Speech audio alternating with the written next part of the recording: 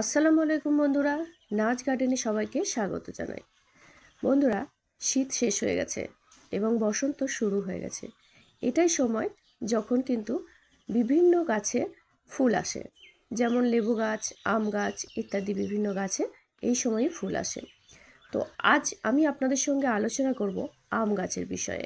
এই গাছের ফুল আনার সম্পর্কে এবং ফুল আসার পর আপনি কি পরিচর্যা করবেন সেই সম্পর্কে।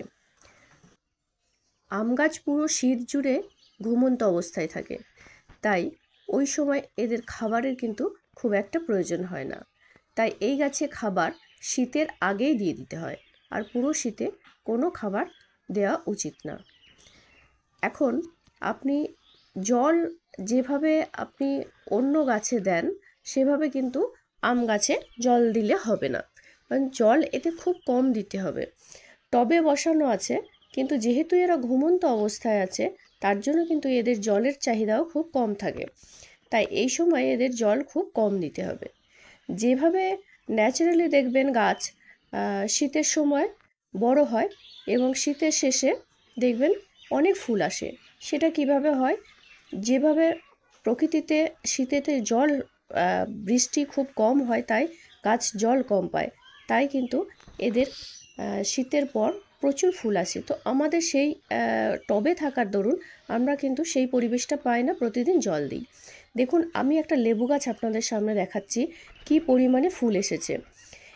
এই লেবু গাছটার সঙ্গে আমি যেটা করেছিলাম সেটা হলো, এই গাছটাতেও কিন্তু আমি জল কম দিচ্ছিলাম, যেভাবে বললাম আপনাদের যে আম গাছের ক্ষেত্রেও এটা করা উচিত। তো কিন্তু হঠাৎ করে বৃষ্টি হয়ে যাওয়ার দরুন আমি কিন্তু গাছটার সঙ্গে সম্পূর্ণ করতে পারিনি সেই প্রসেসটা। তো তার জন্য আমি সেখানে রাসায়নিক কিছু সার দিয়েছিলাম, যার দরুন কিন্তু এত ফুল এসেছে। কিন্তু আম গাছটার ক্ষেত্রে আমি কিন্তু সেটা করিনি। বৃষ্টি আসার ফলে যেভাবে শুকনো অবস্থায় প্রত্যেকটি ডালেতে ফুল আসে সেভাবে কিন্তু আসেনি, কিন্তু আমি এতে কোনো রাসায়নিক সারও দেইনি।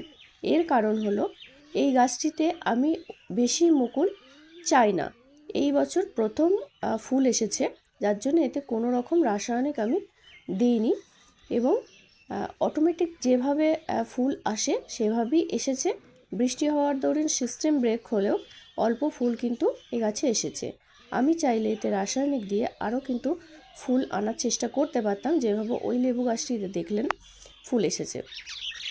তো যাই হোক, এইভাবে যখন ফুলটা আসবে ছোট ছোট, তো এই সময় আপনারা কি করবেন, এখানে কিন্তু ফাঙ্গিসাইড স্প্রে করে দেবেন, কারণ এই গরম পড়ছে, এখন কিন্তু ফাঙ্গাস লাগার চান্স অনেক বেশি থেকে যায়।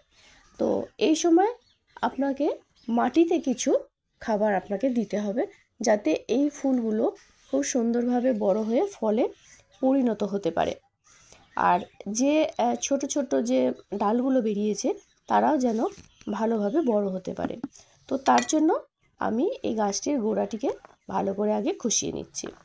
তো এমনিতে গাছের গোড়া সবসময় কিন্তু পরিষ্কার রাখা উচিত, এবং কিছু যখন আগাছা হবে তখন আপনারা এভাবে কিন্তু সমূলে গাছের গোড়া থেকে কিন্তু বাইরে ফেলে দেবেন। তো আমি এভাবে দেখুন গাছের গোড়াটাকে ভালো করে খুশিয়ে নিচ্ছি। খুশিয়ে নেওয়ার পরে দেখুন উপরটা কিন্তু একেবারে শুকনো লাগছে, কিন্তু যখনই আমি খোঁড়াচ্ছি দেখুন নিচে কিন্তু ভিজে। তো আপনারাও দেখবেন, এইভাবে দেখবেন উপরটা শুকিয়ে গেছে। তো অতিরিক্ত জল দেবেন না, এই রকম দেখবেন হালকা হালকা জল মানে থাকবে, এই অবস্থায় কিন্তু গাছটিকে রাখবেন। এই সময় যদি জলের অভাব হয় তাহলেও কিন্তু মুকুল ঝরে যাবে, জল অতিরিক্ত হলে তাহলেও কিন্তু এর ফুল ঝরে যেতে পারে। তো তার জন্য আপনি জলটাকে একটু বুঝে সুঝে দেবেন।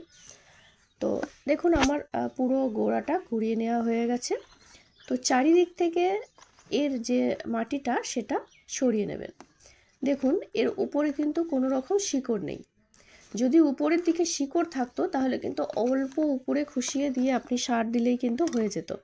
যেহেতু উপরের দিকে কোনো রকম শিকড় নেই, তার জন্য কিন্তু আমি একটু নিচের দিকে খুঁড়ে নিচ্ছি। খুঁড়ে মাটি যেটা আছে সেই মাটিটা কিন্তু ধারের মাটিটা আমি মাঝের দিকে তুলে দিলাম।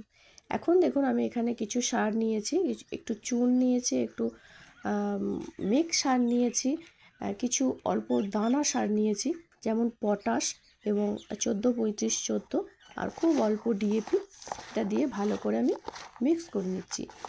এইভাবে ভালো করে মিক্স করে নিয়ে যে ধারের দিকে যেগুলো জায়গাগুলো খুঁড়িয়ে গর্ত করলাম, তো সেই জায়গাগুলো আমি এইভাবে ছড়িয়ে দিচ্ছি। এখানে নাইট্রোজেন সার আপনি ব্যবহার করবেন না বেশি, কারণ নাইট্রোজেন সার এখানে যদি বেশি হয় তাহলে কিন্তু আপনার যে ফুলগুলো সেগুলো ড্রপ হতে পারে। তো আমি এখানে পটাশ দিয়েছি যাতে ফুলগুলো শক্তপোক্ত হয়ে ফলে পরিণত হতে পারে, এবং খুব অল্প আমি এখানে কম্পোস্ট সার দিলাম। আপনি যে কোনো কম্পোস্ট সার ব্যবহার করতে পারেন। আমি এখানে ভার্মি কম্পোস্ট দিলাম 2 মুঠো মতো, যেহেতু এই টবটা অনেকটা বড়, জলের যে ড্রামগুলো হয় তো সেই রকমই জলের একটা ড্রামে আমি গাছটি রেখেছি। তো গাছের গোড়ায় দেখুন আমি এভাবে কিন্তু মানে ফাঙ্গিসাইডের প্রলেপ লাগিয়ে রেখেছি। আপনারাও প্রত্যেকটি গাছের গোড়ায় এভাবে ফাঙ্গিসাইডের প্রলেপ লাগিয়ে রাখবেন এবং সার দেওয়ার পর এই গাছটিতে ভরপুর জল দিয়ে দিন। তো এভাবে গাছের কেয়ার করুন। এরপর এর যখন গুটি আসবে বাকি কেয়ার তারপর দেখাবো।